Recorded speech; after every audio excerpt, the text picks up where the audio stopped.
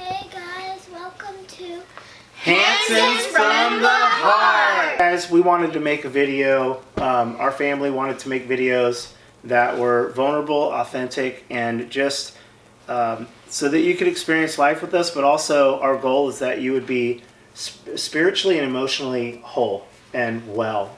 We really believe in the concept of family and marriage and parenting, and we just wanted to share some things that we're learning and that we have learned. And hopefully it'll be funny and encouraging, and you'll want to share these videos with all your friends, your parents, your children. What do they need to do? Smash that like button. And hit that subscribe button. Subscribe, please. Paige said high five the like button. Yeah. High five the subscribe. High five the subscribe. Whoop! Go to the intro.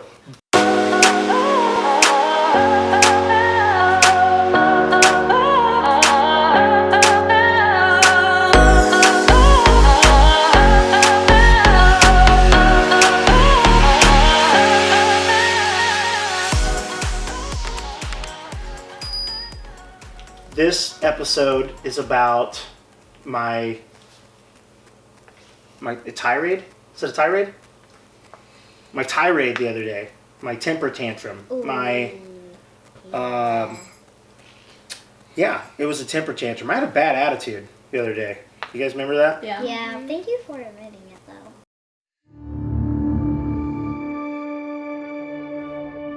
Or is it already all set up? There's nothing that I enjoy more than a clean house. Look at this. I mean, I did that today, and I'm proud of it. I love it. Okay, I'm gonna go make this video. It's my new lens for our videos. Been working hard. Oh, man. Well, I better check on the kids. I have good kids, though. Hey, guys. How's it going? Hi, nice. That really irritates me.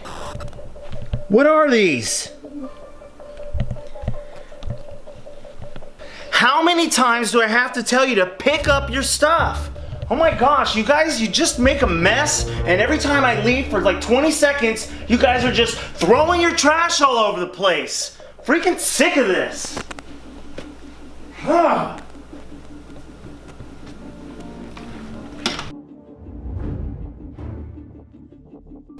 Hey, where's my brush? I think I put it in the bathroom. Jordan had it last. Stop using my brush. You have a brush.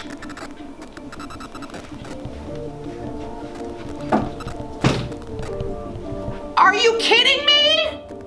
You guys, knock it off! This is ridiculous! What is wrong with you?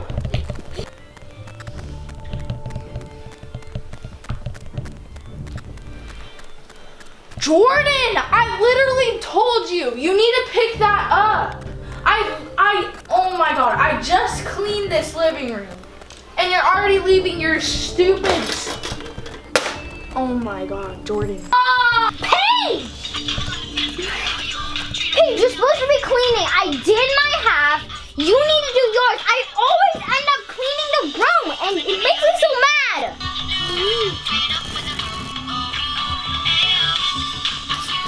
The dog. Did you want to see the dog? Did she? Did she?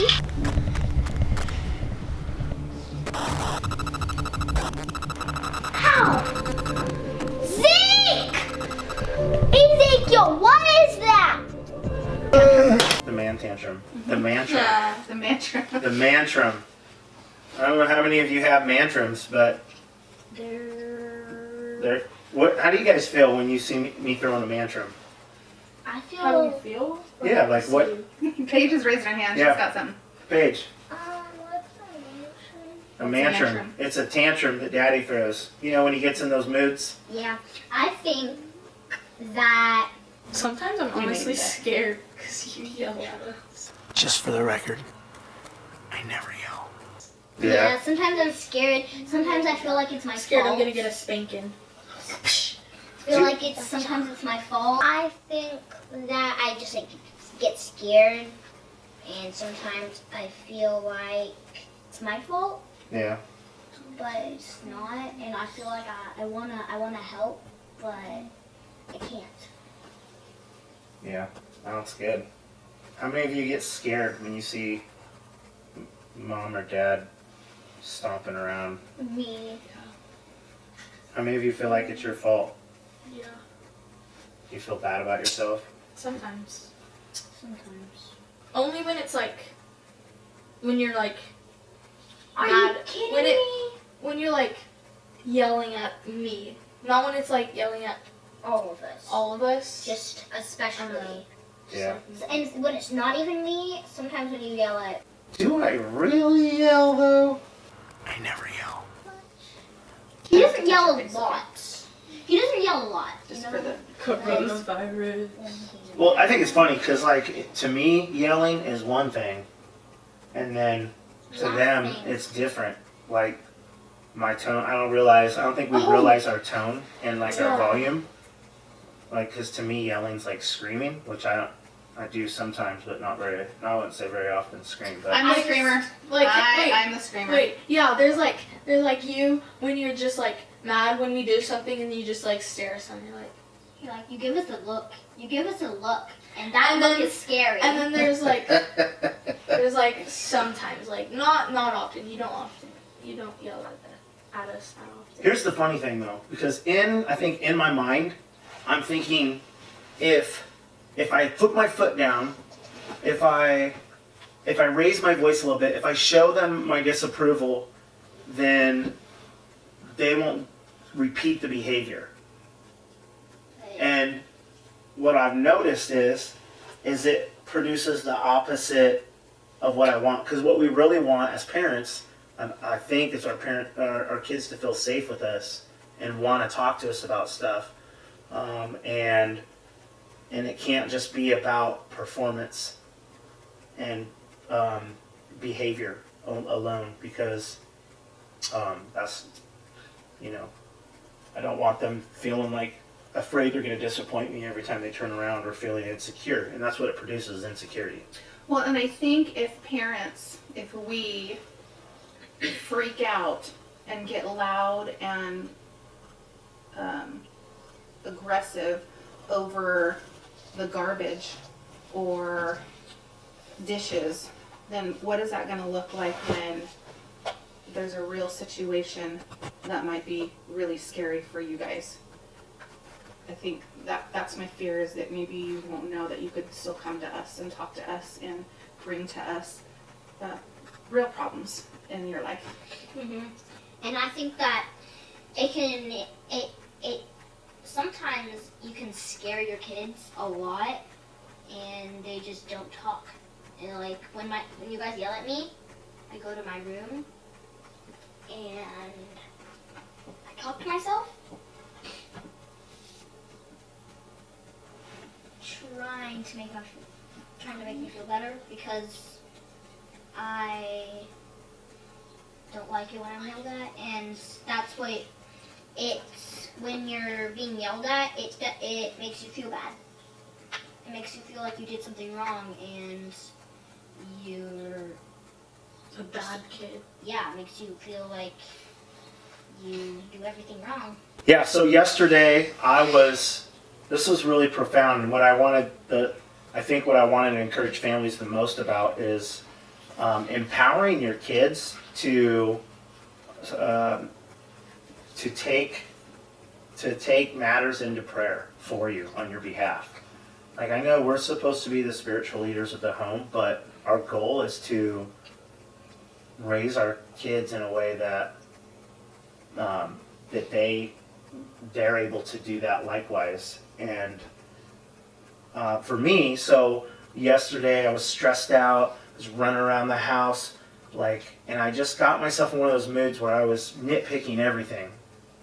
Wrappers on the ground, juice boxes, I don't know how many juice boxes I've found on the floor, in the cracks of the couch, And it seems like no matter what I say, how often I say it, if I'm nice, if I'm mean, if I'm loud, if I'm soft, if I'm kind, like I still find them everywhere. And lids to yogurts and just like little stuff like that that really in the scheme of things is so insignificant.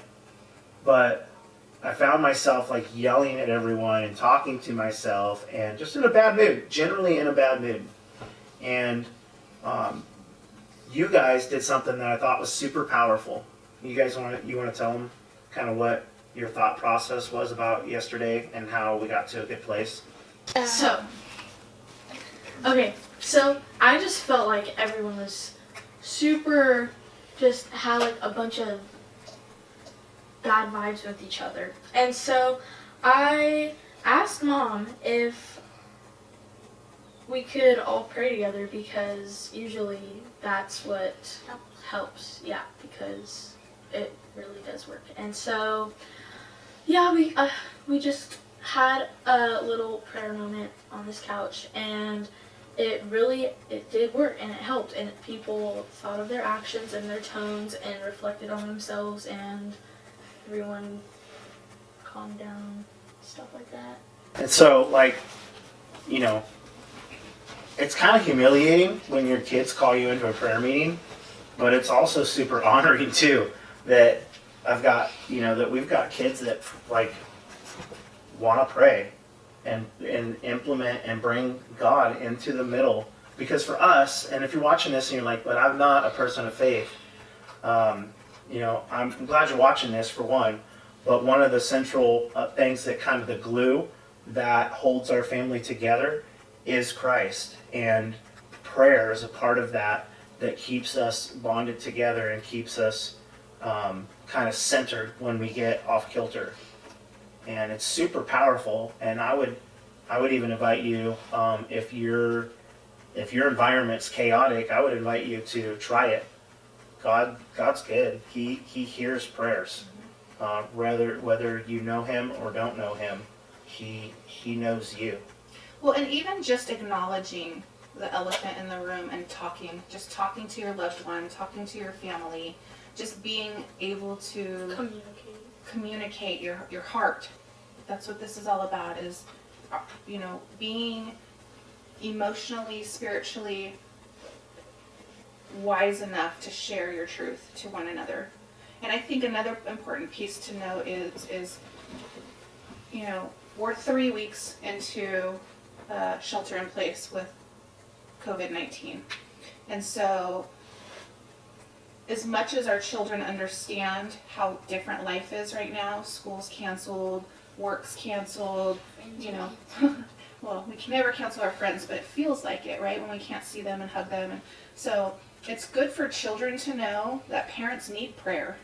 We need prayer. We have stress. We get scared. Not that they take responsibility for our feelings for us to feel better, but as a family, as a unit, that we can pick up on that and go, oh, wow, Mom's really stressed. Oh, she must have some things going on. Maybe we could sit down and pray together. That is huge, and that's such a blessing to have with your family. What are the challenges? What would be the challenges for implementing prayer as a kid or a young lady and as a parent, like on the receiving end? Because I know for me, it's when I'm mad, I don't want to pray. I don't want to pray, and I definitely don't want to be shown up as less spiritual than a 6-year-old or a 14-year-old or an 8-year-old or even my wife, to be honest. Like, that's just the truth. I want to have it all together all the time. And so I think it's challenging for parents to admit when they're wrong and admit and not blame. It's easy to blame our kids. It's easy to say, well, I wouldn't be like this. If you just picked up your juice boxes, I wouldn't be like this. And that's not the truth. Right.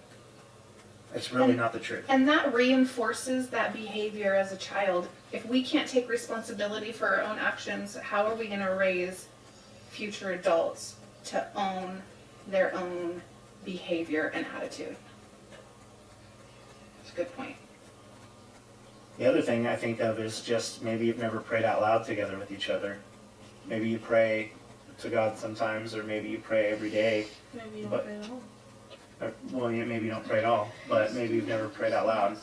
And I can't describe the benefit of praying out loud and being in agreement with each other and hearing. There's something about hearing someone's heart in prayer that's different than when they're talking to you.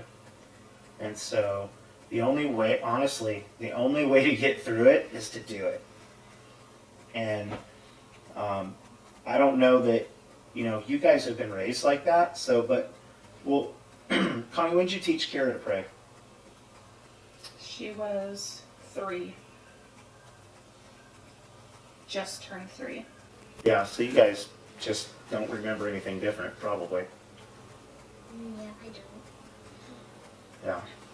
There's probably a lot of people out there that have different circumstances, and we realize that. So, if you're watching this and you've got questions, you want to know more, you can email us and we'll leave a link. We'll leave the email address below, or comment. We'll get back to you. Get in touch with us. We'd love to talk you through or answer any questions that you have, or just even pray for you. We know that family's hard. It's challenging. But it's like it's the most necessary thing that we could do as a country, as a humanity, is to instill and get back to core units of family that are, even if they're blended, but they don't have to be broken. And I think that's a good segue to what would be a wonderful next video is prayer, the specifics. I think that's going to be a really valuable tool. So I hope you come back to listen to that. Hey, and if you've got videos that you've got questions and you've got videos that you want us to make, Go ahead. let us know, Yeah. and we'll do our best to cover those topics. Thank you. Thank you for hanging with us. From our heart to yours. To yours.